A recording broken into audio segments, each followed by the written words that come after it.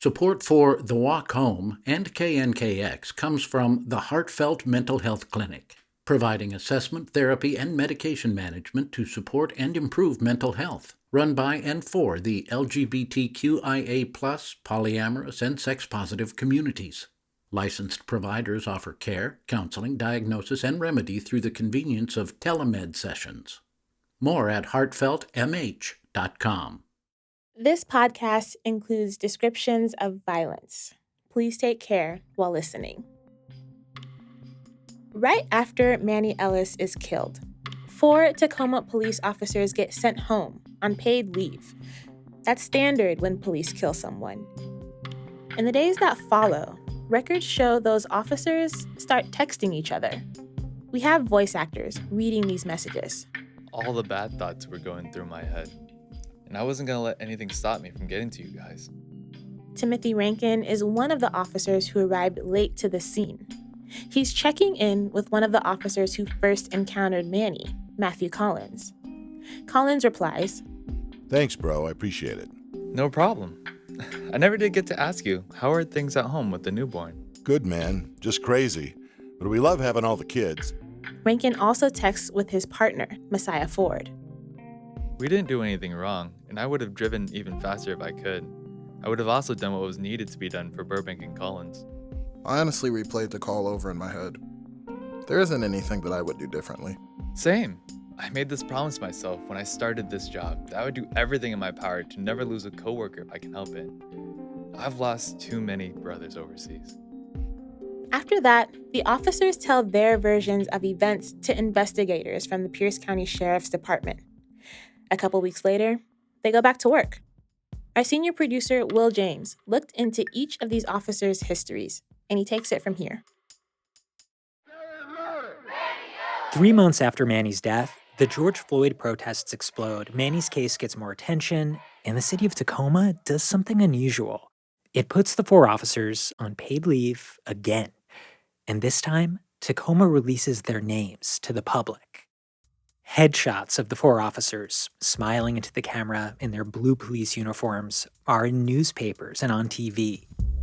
Christopher Shane Burbank, 34, white. Matthew Collins, 37, white. Messiah Ford, 28, black. Timothy Rankin, 31, Asian American. Manny's family and activists are calling them out by name on social media. Ellis's family wants the officers to be arrested. Tacoma's mayor calls for them to be fired. Fired and prosecuted to the full extent of the law. And in the middle of this whirlwind, a new text message drops into their phones. It's from a coworker. "Hey guys, it's Brett. Just wanted to reach out and let you guys know the entire second floor backs you." This text was from another officer who'd previously killed on the job and been exonerated. Patrick Malone is an investigative reporter with the Seattle Times. It was offering encouragement to the officers that were placed on leave initially following Ellis's death. Like, I've been through this thing, you're going through this thing.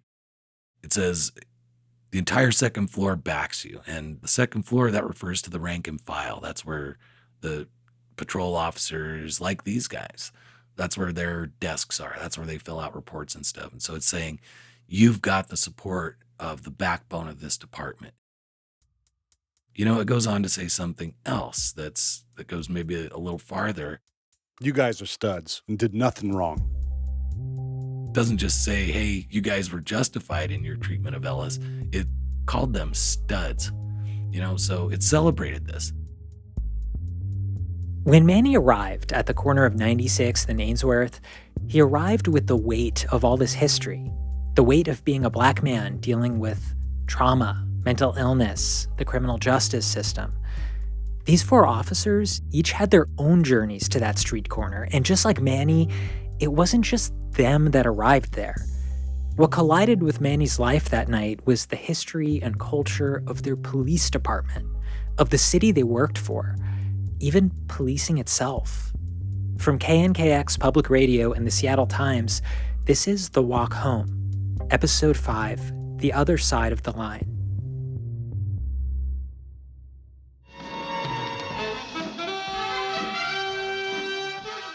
You know, I probably was an unusual kid because I loved Cagney and Lacey.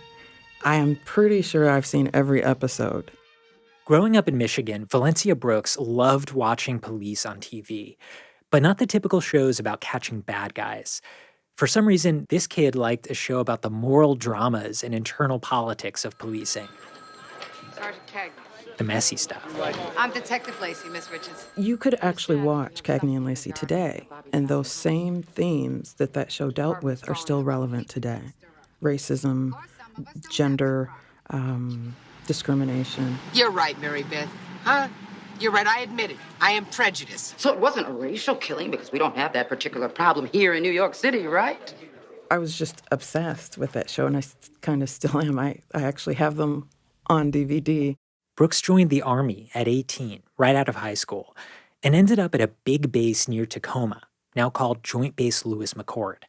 When she got out of the Army, she applied to work at exactly one police department. It was near the base, and she says it had a reputation for good pay and good training, the Tacoma Police Department. Not only was she the only black woman in the group of rookies starting when she did, she was the only woman, period. One of my first memories was, the lieutenant who was in charge of the new recruits had called each one in my academy group into his office. And the very first thing the lieutenant said to me was, he's like, you seem like a really nice lady, but I don't think this job is for you. And so then he asked me, he was like, what does your husband think about you having this job? And at age 21, I knew that this is so wrong. He shouldn't be asking me that. And on his desk, there was a picture of his family. And I wanted to ask him, what does your wife think about you having your job? But I didn't. There was a female sergeant who was also in the room, and she didn't say a word. I took note of that, and I told him, well, it really doesn't matter what he thinks because we're getting divorced. So, So that was my introduction. Welcome to TPD. Brooks would go on to work 30 years with the Tacoma Police. Patrick Malone of the Seattle Times has spent dozens of hours interviewing her because she offers a rare view inside the department. Val is a unique character in the sense that once she was absorbed into police culture, she did not become captured by it. She retained the eyes, the lens of an everyday person. Brooks started as a police officer in 1989. Manny Ellis was a toddler, and Tacoma was about to get famous all over the country.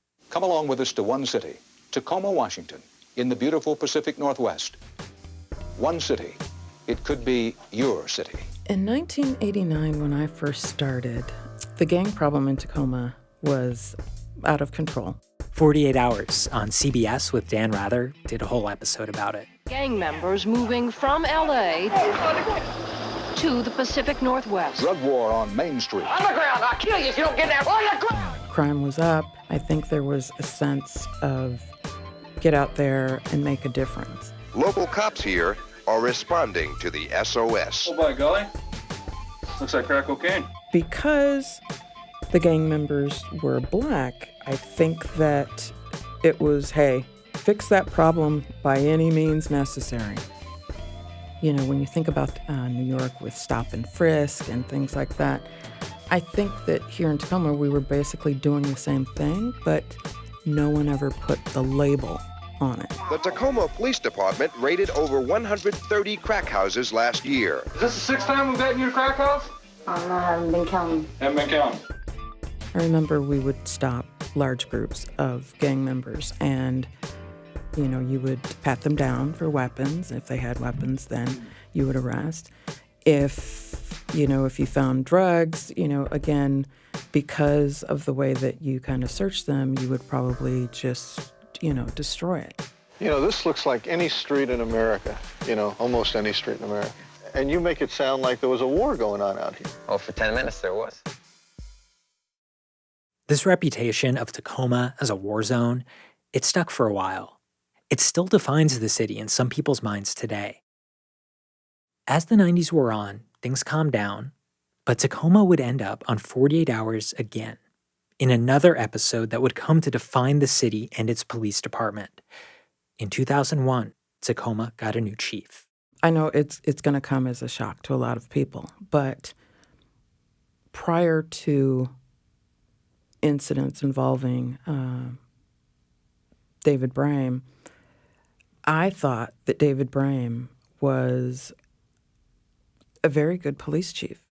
A lot of people in Tacoma liked David Brame, too. He was a local kid, a baseball and basketball star at Tacoma's Lincoln High School, whose dad had been a police commander. Tacoma royalty. Brame came from a family of police officers and had campaigned hard for the job. My brother's retired from Tacoma Police Department. My cousin's retired from the Tacoma Police Department. At just 42 years old, he was sworn in as chief in front of a crowd at the Tacoma Dome. Crystal had proudly pinned the chief's badge on her husband's chest as their two young children, Haley and David, looked on. This is truly a profound and honorable experience for me. I'm home and this is where I'll stay. One of the things he did differently than some of the other chiefs over the years is that he held his command staff accountable. And it was effective. His personal problems came to light towards the end. David Brame was unstable, abusive, and police chief of a major city. Powerful people knew his dark past. Did keeping secrets lead to murder? A 48 Hours mystery tonight. Less than 2 years after becoming chief, Brame shot and killed his wife and himself in front of their two children. Brame's wife, Crystal, had filed divorce papers before she was killed. She said the chief choked her, threatened to snap her neck, and pointed a gun at her. Other stories came out. Back in 1981, when he first applied for the police force, he took 2 separate routine psychological exams, and both psychologists recommended that he not be hired. How did this man become chief of police? That's what we're trying to find out. He had a brother on the police force. He had a father on the police force. It's the good old boy system. It's the buddy system. It's the blue code. After David Brame committed suicide, the Attorney General at that time did an investigation of the Tacoma Police Department, and the finding of that investigation was that the culture at the Tacoma Police Department was culturally, the words used were, it was culturally corrupt. It was widely publicized. It was, the media did their job. They reported on it. And yet nothing changed. Investigators spent months looking into the Tacoma Police Department. They said they found no evidence for criminal charges, but, quote, abundant evidence of troubling management issues. The state attorney general said Brame ran the department like a dictator and demanded undying loyalty from the people around him. Information came to light about a culture that had covered up and protected domestic violence and other problems. Pierce Murphy was the police ombudsman for the city of Boise, Idaho. City officials in Tacoma asked him and other experts to come up with recommendations on how to fix the Tacoma Police Department. And we actually all met in Tacoma in your city hall there, and we strongly recommended independent oversight for the Tacoma Police Department and some changes in policies. They had the opportunity back then to change the course. There was no immediate action. My recollection is that pretty much we were told thank you, and not much happened, at least for a while after that. It was a department that was grieving and shocked by what had happened. The impressions at the time were that it was very insular. It was very close-knit, and it was, I guess the last impression I had, it just felt like that was a one-off and we need to move on. That would have been the time to hire an outside police chief to come and clean this up, right? Well, they didn't. Tacoma likes homegrown people. They gave the job to an insider, one of Brame's assistant chiefs, Don Ramsdell. He had been with the department for almost 20 years at that point. The chief started his career in Tacoma in 1985 as a police patrol officer, and by 1989 became a narcotics investigator dealing with the influx of California-based street gangs infiltrating Tacoma. I think they wanted to keep things status quo, and that's what they got. It was 2003. Manny Ellis was in high school, 16 years old. Don Ramsdell would go on to be the longest-serving chief in Tacoma's history. We reached out to Ramsdell for comment on how Brooks viewed his time as chief. He didn't respond. I think that was around the time where I started to become more vocal. By the end of her career, Brooks was one of about 15 black officers in a department of more than 300. And during Ramsdell's time as chief, she became an observer, almost an investigator of her own department. She started filing complaints about things she saw as sloppy, unethical, or racist. This was a middle school in Tacoma. A white boy at a middle school in Tacoma circulated a petition with a drawing of a girl with a burqa hanging from a noose, and the wording to the effect of "all Muslims must die," and "please take back the Holy Land." He had a picture of what was labeled as the Quran with an X going through it. This is more than just, kid stuff. There's an ideology behind this. The boy presented the petition to his classmates, including the girl who was targeted by it. The young Muslim girl was not listed as a victim. No one ever interviewed her. You've basically taken away her voice. Val viewed that as incompetent police work and flagged it as such. Tacoma Police Department decided it was good enough for them. Brooks filed 18 of these sorts of complaints, some written, some verbal. Only one was ever upheld, and only in part. Well, the value of them to me is it shows what a very high bar there is for the Tacoma Police Department to discipline its own. She brought what I would describe very confidently as ironclad evidence in the majority of her complaints, citing the specific policies and the line and, subcategory of that policy that's being violated, and they were dismissed, and they were never determined to be unfounded. In each case, it was, this does not rise to the level of a policy complaint. Pierce Murphy spent years overseeing offices that investigate the police, in Boise and then in Seattle.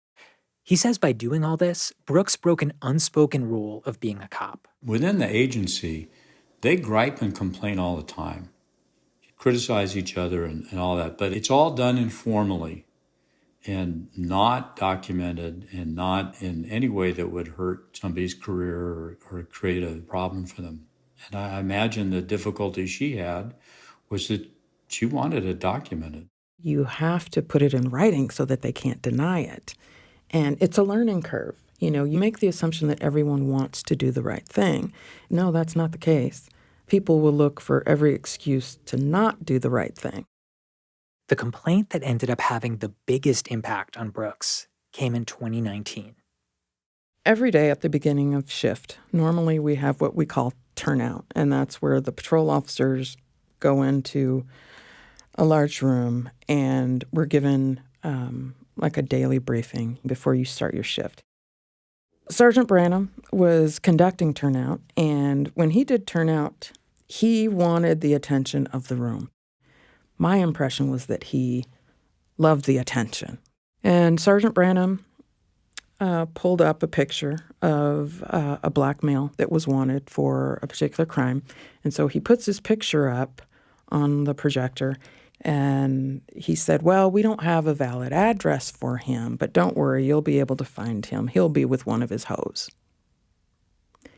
And I think he waited and he expected people in the room to laugh, and they didn't.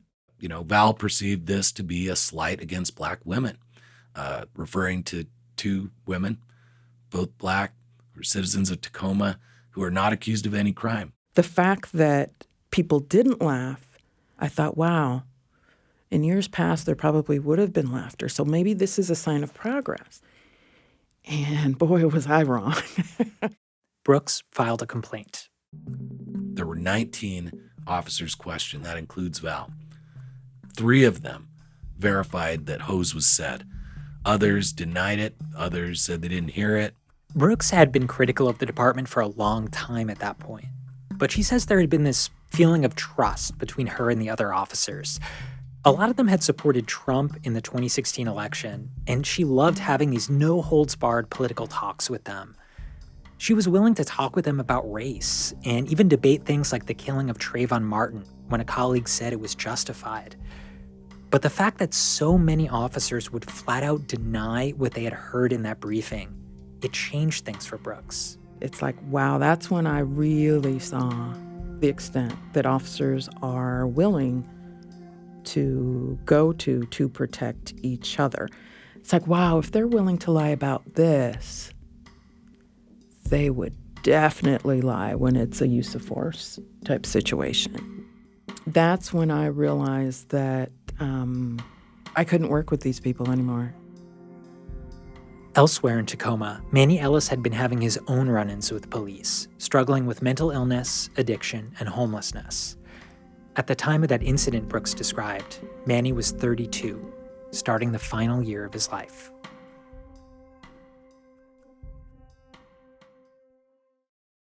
Support for the Walk Home and KNKX comes from MoveToTacoma.com. MoveToTacoma.com is a neighborhood guide, a blog, and a podcast to help people in Tacoma, Pierce County, and beyond find their place in the city of destiny. More information at MoveToTacoma.com. Race might be a hot topic right now, but for so many of us, talking about race is nothing new. On the Code Switch podcast from NPR, we go beyond the headlines and we go deep. Listen now.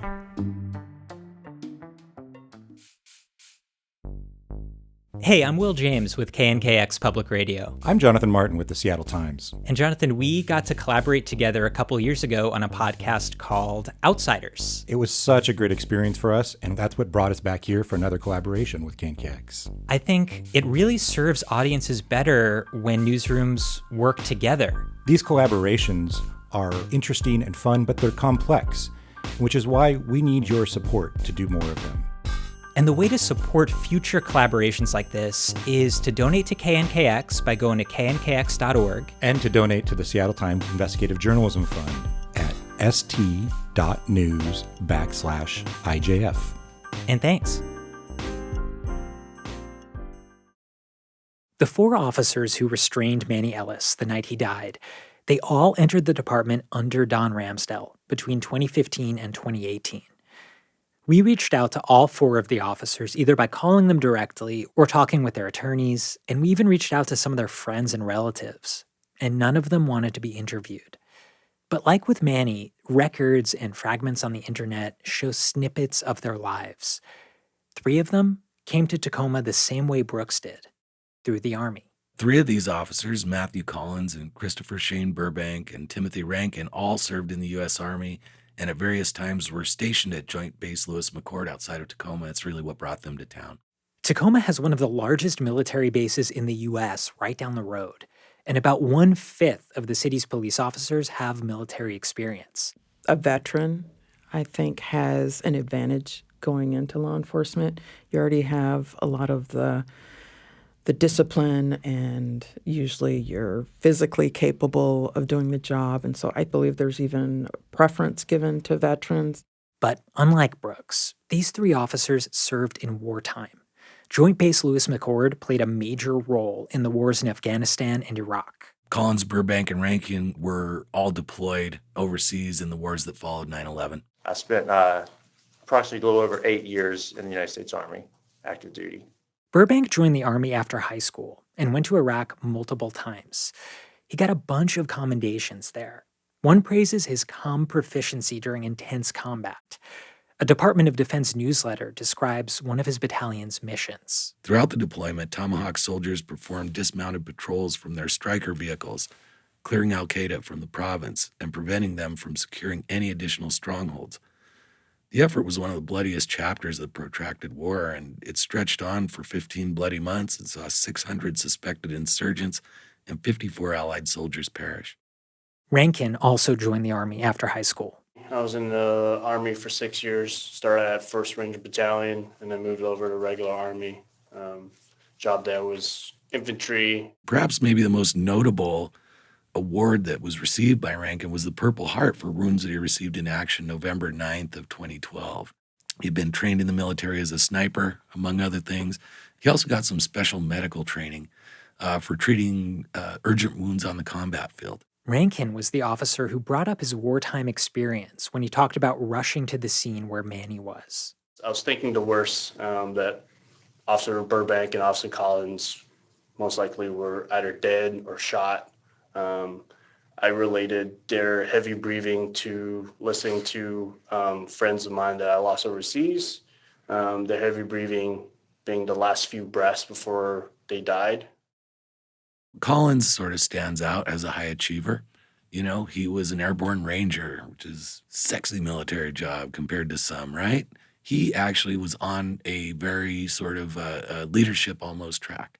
I was in the Army for just under 8 years. What was your rank there? Staff sergeant when I got out. Records show Collins went into the Army after attending 3 colleges in Oregon and Arizona. He didn't graduate from any of them, but he did rack up some student debt. That leadership quality that shows up in his military records, it shows up in his policing records as well. By the time that he got to the police academy here in Washington State, he was the president of his graduating class from the academy and actually got a commendation just as he was starting his job at Tacoma Police for this leadership role that he had taken on at the academy. So I think what we see in Collins is someone who already had some of the traits that we see with TPD, where he was also a trainer on defensive tactics. He was a member of the SWAT team. He was a shooting instructor. Collins also came away with something else from his military career. Collins told detectives that he had 12 to 15 years of training in grappling, wrestling. And he was even the coach of the 2nd Ranger Battalion's competitive fighting team. Battalions engaged in these brutal fights against each other. They were sort of semi-organized, and it was really a thrill, it sounds like, in the way that Collins describes it. It's grappling, wrestling tournaments? Well, it progressed. So you start, the first round was just grappling, and then they added strikes to the body, and then the final round was a fight, a full-on fight. Okay. From the city standpoint or the police department standpoint, they're hiring people that have already learned how to operate in an environment where they're given orders and expected to follow through on them. They've learned how to live with a certain amount of discipline. During Pierce Murphy's years as a police watchdog in Boise and then Seattle, he watched waves of young veterans return from war and then hit the streets as cops. Here's the difficulty that I saw, particularly when the largest numbers of new officers were coming on from the conflicts. First of all, it's no secret that a number of them, if not almost all of them, were coming with significant trauma loads of their own, multiple deployments. That combined with training and experience in the military by necessity that had the veterans looking at everybody that wasn't in the military as a potential threat that might need to be eliminated, transitioning into civilian law enforcement where it just isn't appropriate. And frankly, it's a horrid idea that you would have police officers who would be thinking that every person they might encounter could be a threat and might need to be eliminated. The 4th officer at the scene was different. I'm connected to these mountains, and it's just kind of it's a really awesome feeling. While other officers were in the military, Messiah Ford was in college at Western Washington University, about a 3-hour drive north from Tacoma. It's a liberal arts college known for its left-leaning politics. Ford worked as a park ranger in the summers at nearby North Cascades National Park.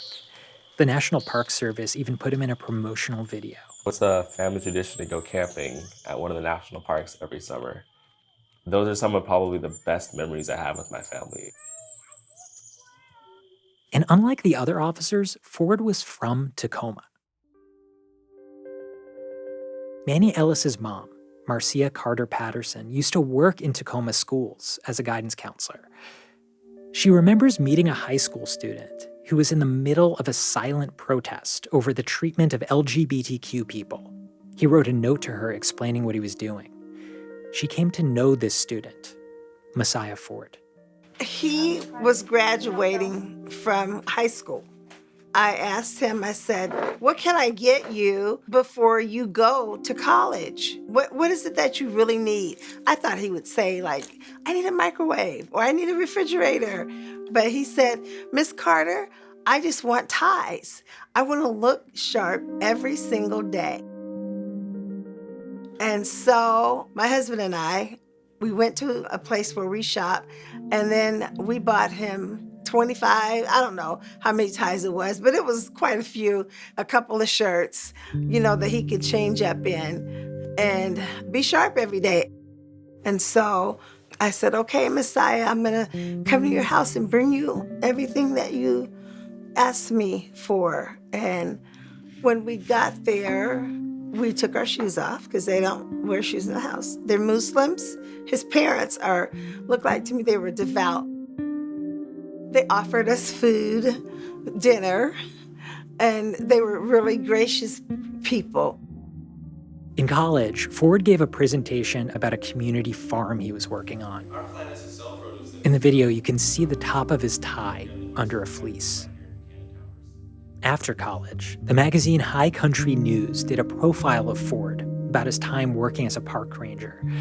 It describes Ford as black, gay, and Muslim, a rarity in the overwhelmingly white Park Service.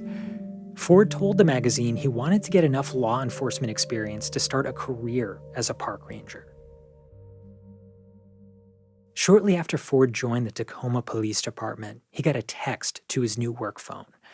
It was a picture of a gun and a Tacoma badge and something else.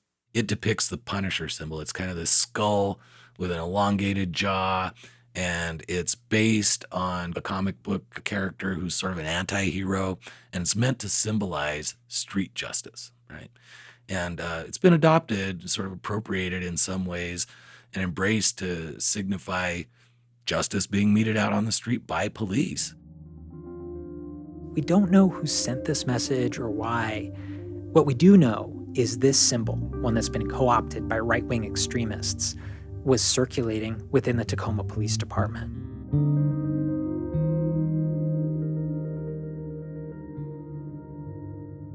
Back in the 80s, Brooks entered a police department that was dealing with gang violence. But these new officers entered a department dealing with a new crisis: visible poverty, homelessness, drug use, and mental illness, and the public disturbances and petty crimes that sometimes come with those things. Anybody can call you about anything, and the policy of the Tacoma Police Department was if someone calls 911, you're just going to go, no matter what. I received a 911 call from a dispatcher, and there's a black man in a park sitting on a bench, and he has bags sitting near his feet at the ground, and he's engaging people in conversation as they walk by. They wanted me to respond to that, and there's no behavior in there that would warrant a 911 call. There's no behavior in there that would warrant a police response. And when you start becoming 75% social workers, every officer's just kind of winging it. They're dealing with a lot of problems that aren't always crime, and sometimes are society's other troubles. I came across a poll conducted in 2019 by two of the foremost police training companies, and it surveyed 4,200 law enforcement officers nationwide, including many here in Washington state. It highlighted interactions with people in crisis as a top-level problem, and I'm going to read directly from that report. Resources are strained, officers are burned out or demoralized, people in crisis suffer injuries and are even killed by officers who are called to help them, the survey said. And as Tacoma police spokesman told me, police are often the only ones who will reliably show up when someone is in crisis. We have a glimpse into the amount of training these officers got for the situations they might face. Records for 3 of the officers, Burbank, Collins, and Ford, show they trained in de-escalation for a combined 29 and a half hours, decision-making under stress, 12 hours, bias and fair and impartial policing, 19 hours, mental health, 27 hours, use of force, 165 and a half hours. They all worked patrol on the graveyard shift in South Tacoma. It was a high concentration area for police. They saw a lot of crime there, and they viewed it as, a place that needed more of their attention. So they saturated it in ways that they didn't necessarily do other parts of town. Records show only one of the officers had experience as a cop before coming to Tacoma.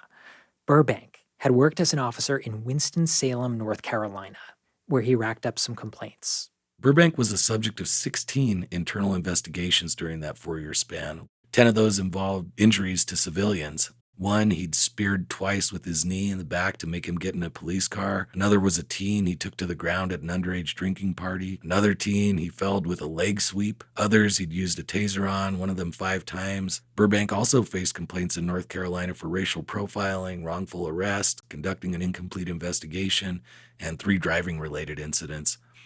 In all 16 instances, he was cleared of wrongdoing except for one of the car crashes where he was deemed to be at fault. But in Tacoma, Burbank and his partner Collins had a different reputation. Their personnel files don't show any complaints about their use of force. Instead, they're full of stories of these 2 Army vets getting into dangerous situations and their bosses recognizing them for it. August 2016, they tase and subdue a man with a knife who said, "Kill me, kill me." April 2017, they arrest a domestic violence suspect who said he would shoot officers. May 2017, they stop a car with people inside who are suspected in a drive-by shooting. Dramatic stuff, right? Collins also was recognized individually by a man who they'd taken in for an involuntary mental health evaluation, who wrote to the department and said that Collins' actions on that night saved his life. There's another pile of records. Incidents that didn't earn the officers recognition, but also didn't seem to get them in trouble with their bosses. February 2019, Burbank punches a 27-year-old black man who's handcuffed in the backseat of his patrol car. Burbank doesn't face any discipline. December 2019, Ford and Rankin respond to a house where neighbors have reported yelling. A man in the house puts his hands behind his back and refuses to be handcuffed. He's described in reports as white, 260 pounds, and drunk. Ford forces the man to the ground by his hair, drags him down some stairs by his leg, and aims a taser at his girlfriend. Rankin uses a chokehold while the man tries to yell, "I can't breathe."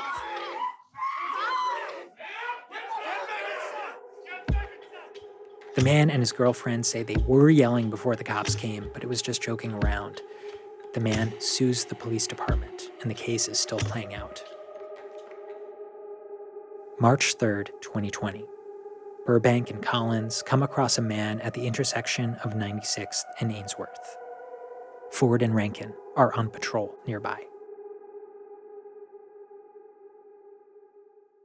In the same way that Manuel Ellis sort of represents the problems and challenges that a whole generation of black men in America face, I see these 4 officers as stand-ins for a whole generation of American men who are now in their 30s, Ford is a gay Muslim trying to find his place in police culture, which hasn't exactly welcomed people like him historically. And Rankin, Collins, and Burbank, they were adolescents when 9/11 happened and stoked this new sort of reverence for police and a uniquely contemporary patriotism that inspired many to join the military.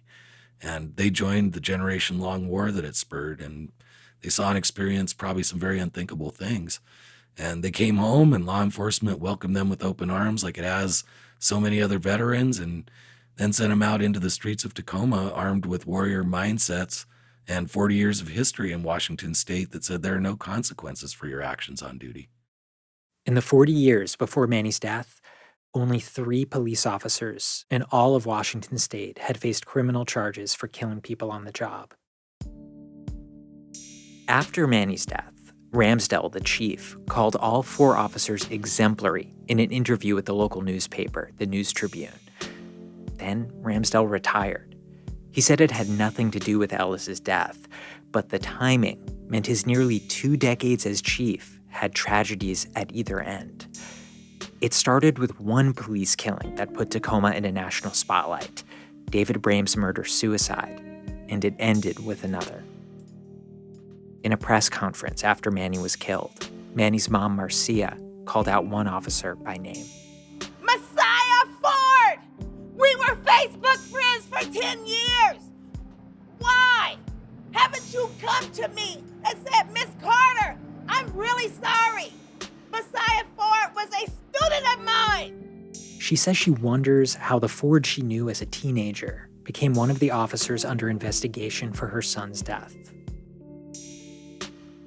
After police kill someone, it's pretty much a journalism ritual for reporters to dig into the officers' histories. There's an implicit question behind this digging. Were these some of the bad ones? Looking at these 4 officers, you can see what you want. They did things that earned them awards for their courage. They used force in ways that drew complaints, but never any official findings they did anything wrong. But there's another way to look at it. Rather than good officers or bad officers, these were 4 pretty typical Tacoma police officers who were part of a culture. A culture heavily infused by the military.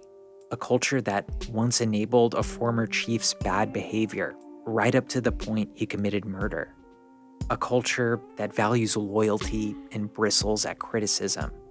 A culture where complaints alleging racism didn't go anywhere. A culture that tells officers, no matter what you do, you'll be protected. You'll be embraced by your own.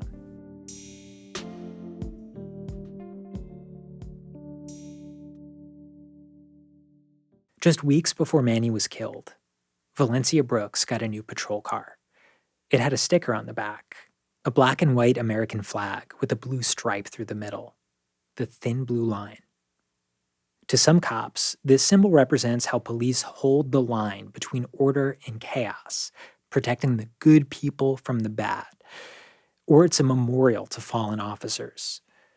But it can have another meaning, as a symbol of the Blue Lives Matter movement, a backlash to Black Lives Matter, something that could be seen as political, divisive, even racist. 1 week before Ellis's killing, Brooks filed a complaint asking to take off the sticker and replace it with an American flag. A day later, a higher-up denied it. More than a year later, though, the department did take off the stickers.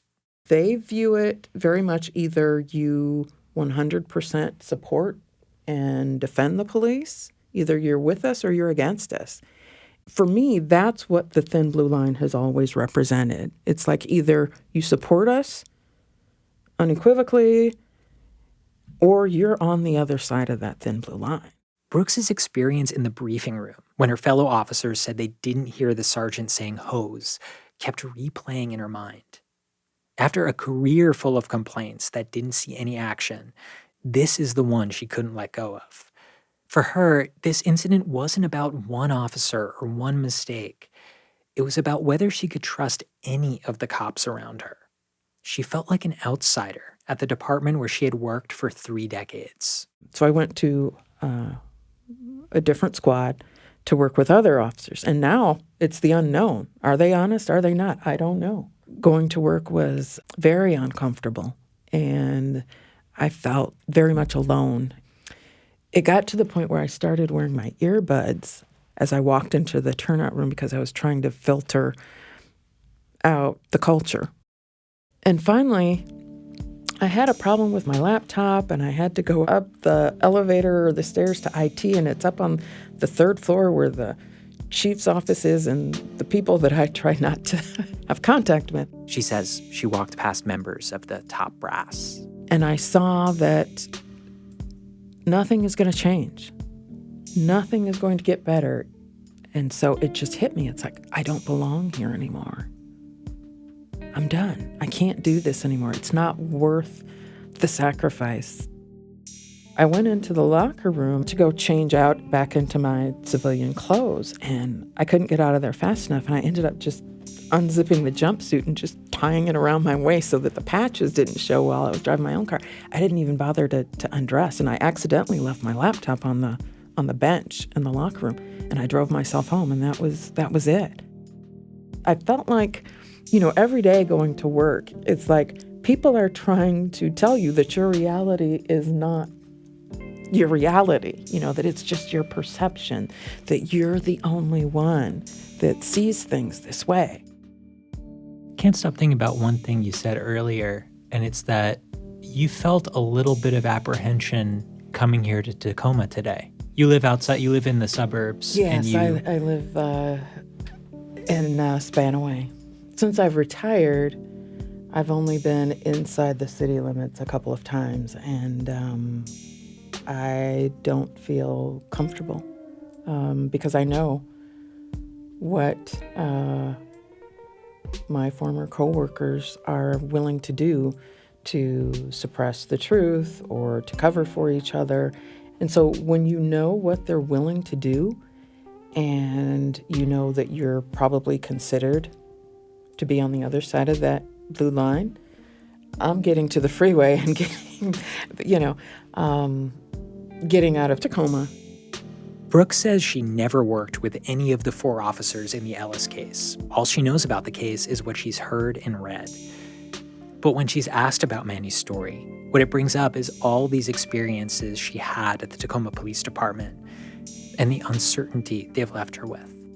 If the city of Tacoma and the police department let officers get away with lying on something insignificant, it translates to you lie even more when it really, really matters, because that's when you could impact, let's say, an officer's future.